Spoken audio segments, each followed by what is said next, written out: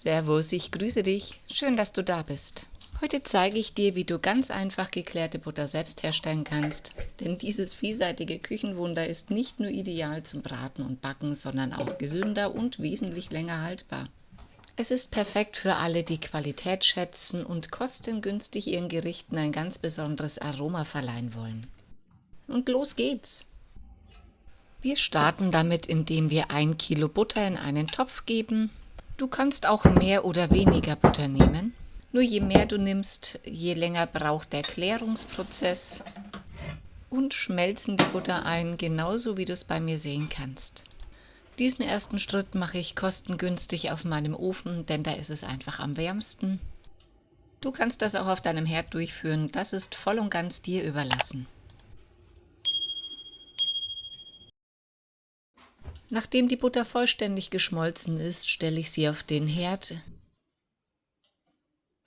Erhitze sie langsam und bringe sie vorsichtig zum Aufkochen, um den Klärungsprozess dann auch einzuleiten.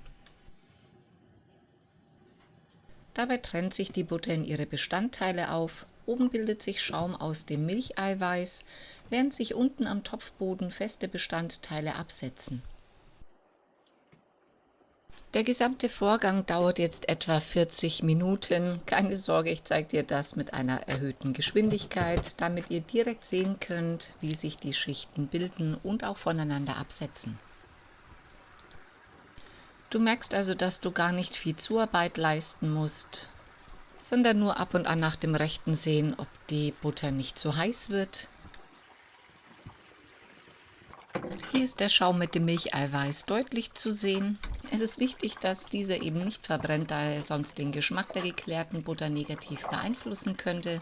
Diesen Schritt, den ich jetzt zeige, musst du nicht unbedingt selbst machen, da ich dir am Ende noch zeige, wie du die Flüssigkeit durch ein Sieb passierst und die festen Stoffe vollständig entfernen kannst. Nachdem ich den Schaum entfernt habe, lasse ich die Butter noch etwa 5 Minuten auf kleiner Hitze köcheln. Dann stelle ich den Herd ab und lasse die Butter etwas abkühlen, bevor ich sie weiter verarbeite. Im Anschluss wird sie durch ein feines Sieb mit Passiertuch gefiltert, um auch wirklich die gesamten festen Bestandteile und Rückstände des Milcheiweiß vollständig zu entfernen. Und gieße die geklärte Butter vorsichtig durch das Sieb hindurch. So bleiben auch nur die klare gelbliche Flüssigkeit übrig, die perfekt gereinigt und somit bereit zur Verwendung ist.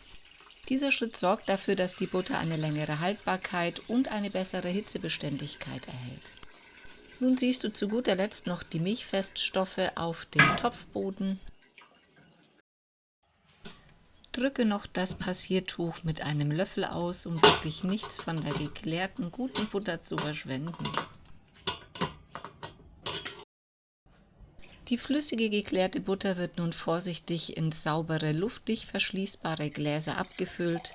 So hält sie sich bei Zimmertemperatur und einem dunklen Ort bis zu 3 Monaten. Im Kühlschrank gelagert verlängert sich die Haltbarkeit sogar auf 6 bis 9 Monate.